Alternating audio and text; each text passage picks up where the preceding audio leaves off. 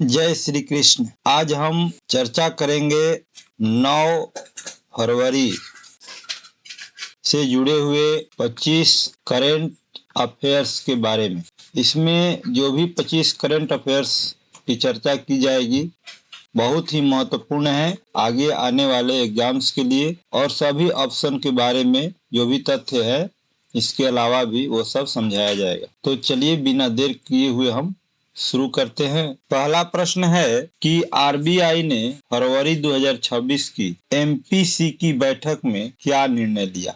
Option A है कि repo rate को 6.5% बढ़ाया। ऑप्शन बी है कि रेपो रेट को 5.25% पर अपवर्तित रखा, और सी है कि रेपो रेट को 5% घटाया, और डी है कि इन्फ्लेशन टारगेट बदल दिया। तो इसका सही उत्तर हो जाएगा ऑप्शन बी, रेपो रेट को 5% पर 5.25% पर अपवर्तित रखा।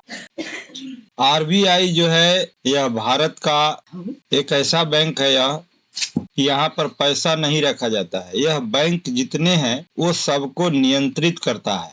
आरबीआई मतलब रिजर्व बैंक ऑफ इंडिया। इसकी जो स्थापना हुई वह 1 अप्रैल 1935 ईस्वी को हुई, और इसके वर्तमान में जो गवर्नर हैं वह हैं संजय मल्होत्रा।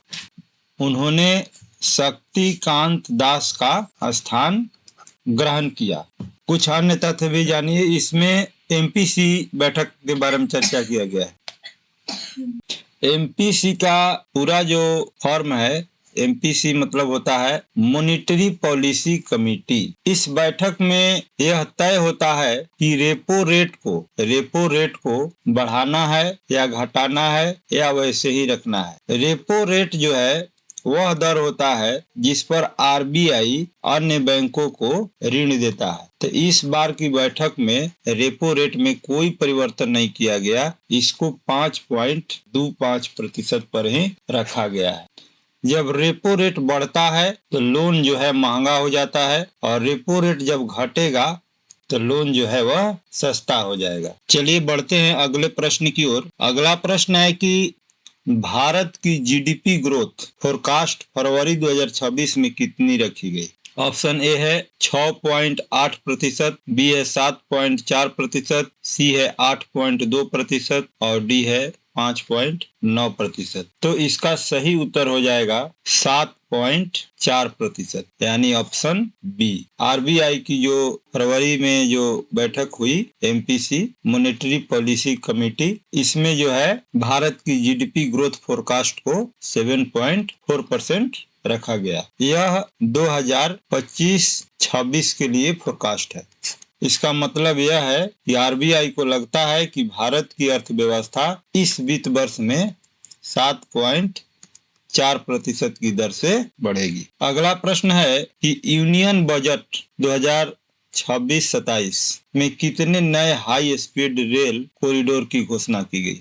ऑप्शन ए है 5, ऑप्शन बी है 7, ऑप्शन सी है 9 और ऑप्शन डी है 4। इसका सही उत्तर हो जाएगा option B 7 high speed rail corridor की घोषणा की गई है। पहला है मुंबई टू पुणे, दूसरा है पुणे टू हैदराबाद, तीसरा है हैदराबाद टू बंगलुरु, चौथा है हैदराबाद टू चेन्नई, पांचवा है चेन्नई से बंगलुरु, और छठा है दिल्ली से वाराणसी, और सातवां है बनारसी से सिलीगुड़ी।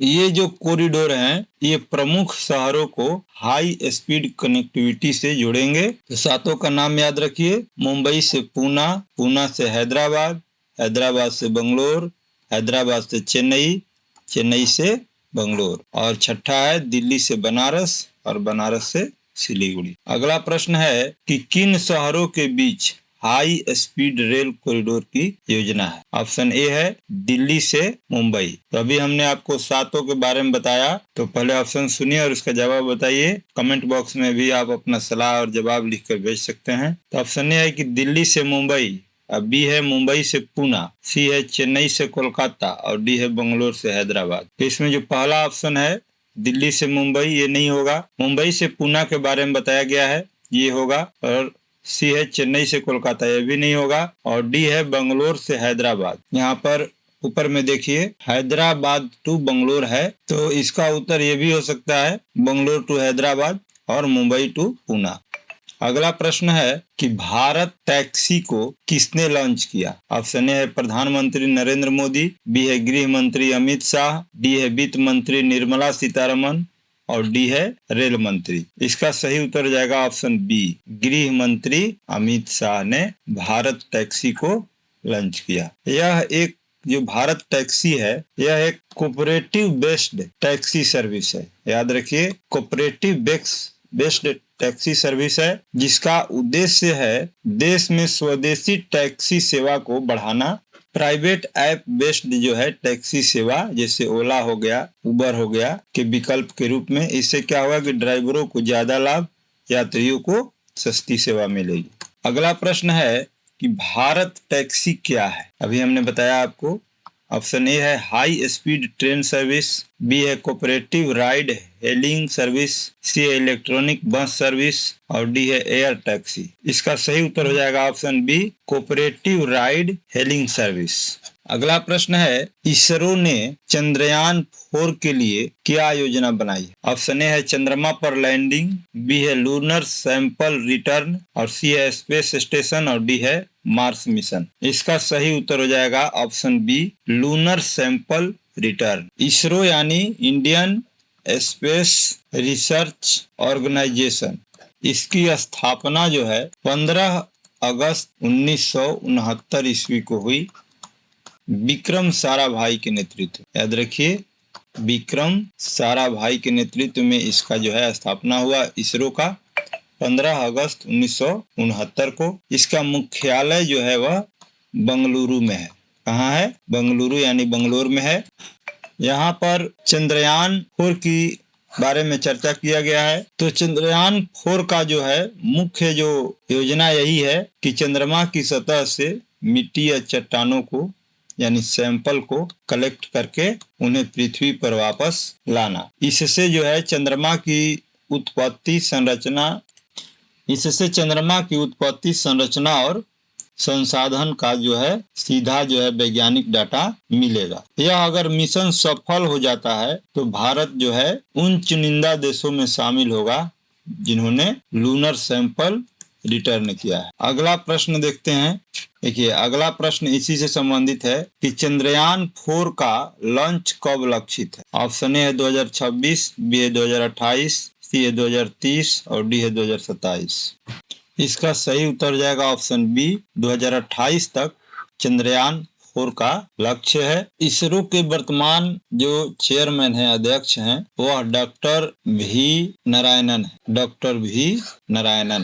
इसरो एक अंतरिक्ष एजेंसी है जिसकी स्थापना 15 अगस्त 1969 को डॉक्टर विक्रम साराभाई के नेतृत्व में हुई थी। इसका जो मुख्यालय है वह बंगलुरु में है। इसरो का काम क्या है? यह देश के उपग्रह, रॉकेट, अंतरिक्ष मिशन और मानव मिशन और अनुसंधान को संचालित करता है। अगला प्रश्न है कि फरवरी 2026 में भारत यूएस ट्रेड नेगोशिएशन की स्थिति क्या है? ऑप्शन है कि पूरी तरह समाप्त हो गया, बी है कि समापन की ओर है, सी है कि शुरू ही नहीं हुआ और डी है कि रुकी हुई है। तो इसका जो है सही उत्तर हो जाएगा ऑप्शन बी, समापन की ओर। फरवरी 2026 में एक अंतरिम फ्रेमवर्क ट्रेड समझौता पर सहमति जताई गई है और एक बीटीए यानी बायलैटरल ट्रेड एग्रीमेंट हुआ है। इसमें एक महत्वपूर्ण कदम उठाया गया है। दोनों देश जो हैं टैरिफ और बाजार पहुंचने से जुड़े मसलों पर सहमत होकर बातचीत को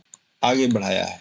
अमेरिका जो है जो 50% टैक्स लगाया था उसको अब घटाकर 18% कर दिया है, जो अन्य पड़ोसी देशों के तुलना में भारत पर सबसे कम है। अगला प्रश्न है कि फरवरी 2026 में करेंट इन्फ्लेशन कितना है? ऑप्शन ए है 4.5%, बी है 2.1%, सी है 3.2% और डी है 5%। तो इसका सही उत्तर हो जाएगा ऑप्शन सी, 3.2%। 2% जो है करेंट इन्फ्लेशन रेट फरवरी 2026 में है। जनवरी 2026 में सीपीआई आधारित सीपीआई आधारित जो मुद्रास्फीति है यह लगभग 1.33% रही।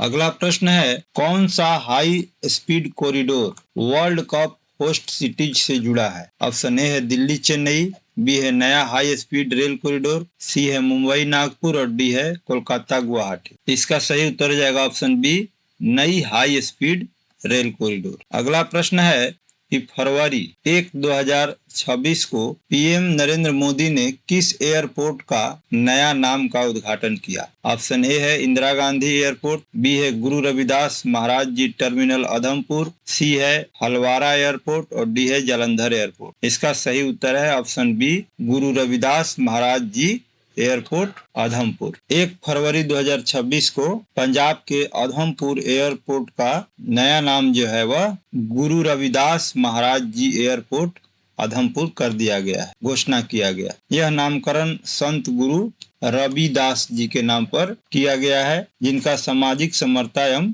भक्ति में महत्वपूर्ण योगदान रहा है। अगला प्रश्न है कि आरबीआई का स्टैंडिंग डिपॉजिट फैसिलिटी यानी एसडीएफ रेट कितना है? याद रखिए, एसडीएफ का फुल फॉर्म होता है standing deposit facility. Option A है 5.25%, बी है 5%, सी है 6% और डी है 4.75%। ऊपर के प्रश्न में चर्चा भी किया गया कि इस बार जो है एमपीसी की बैठक में रेपो रेट को 5.25% पर अपवर्तित रखा गया है। एक चीज और याद रखिए कि जो एसडीएफ होता है, स्टैंडिंग डिपॉजिट फैसिलिटी जो होती है, वह रेपो रेट से 0.25 यानी 25 बेसिक पॉइंट कम होता है। यानी अभी एसडीएफ जो है वह है 5%। ऑप्शन इसका जो है बी सही हो जाएगा।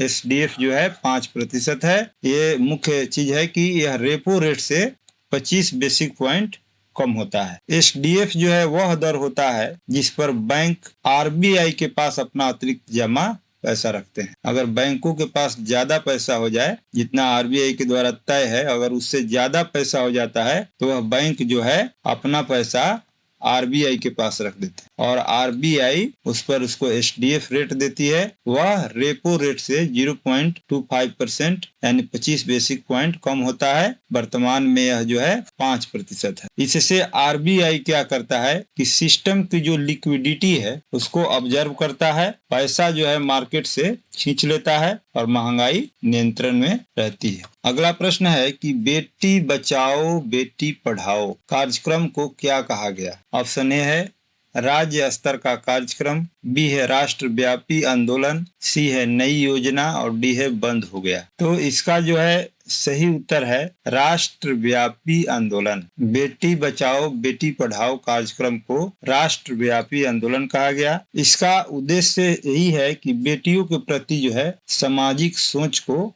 बदलना है, लैंगिक समानता को बढ़ावा देना है, शिक्षा और संरक्षण को जन आंदोलन बनाना है। अगला प्रश्न है सुप्रीम कोर्ट ने पश्चिम बंगाल सरकार को क्या निर्देश दिया? ऑप्शन ए है नई भर्तियां, बी है 2008 से 2019 की डीए ड्यूज क्लियर करना, सी है टैक्सी बढ़ाने और डी है बजट कटौती। इसका सही उत्तर हो जाएगा ऑप्शन बी 2008 से 2019 की डीए ड्यूज को क्लियर करना। अगला प्रश्न है ओला उबर ड्राइवर्स को कब नेशन वाइड स्ट्राइक की योजना बनाई? ओला उबर ड्राइवर्स ने कब नेशन वाइड स्ट्राइक की योजना बनाई? ऑप्शन ए है 1 फरवरी, बी है 7 फरवरी, सी है 15 फरवरी और डी है 20 फरवरी। इसका सही उत्तर हो जाएगा ऑप्शन बी 7 फरवरी। अगला प्रश्न है कि यूनियन बजट 2026 में हाई स्पीड कॉरिडोर पर कितना निवेश किया गया? ऑप्शन ए है 10 लाख करोड़, बी है 16 लाख करोड़, सी है 20 लाख करोड़ और डी है 5 लाख करोड़। इसका सही उत्तर है option B 16 lakh crore. High speed rail corridor के विकास के लिए 16 लाख करोड़ रुपए के निवेश की योजना की घोषणा की गई है। इसका प्रमुख उद्देश्य है प्रमुख शहरों को तेज कनेक्टिविटी प्रदान करना, यात्रा समय में कमी करना और रेल इंफ्रास्ट्रक्चर का आधुनिकीकरण करना।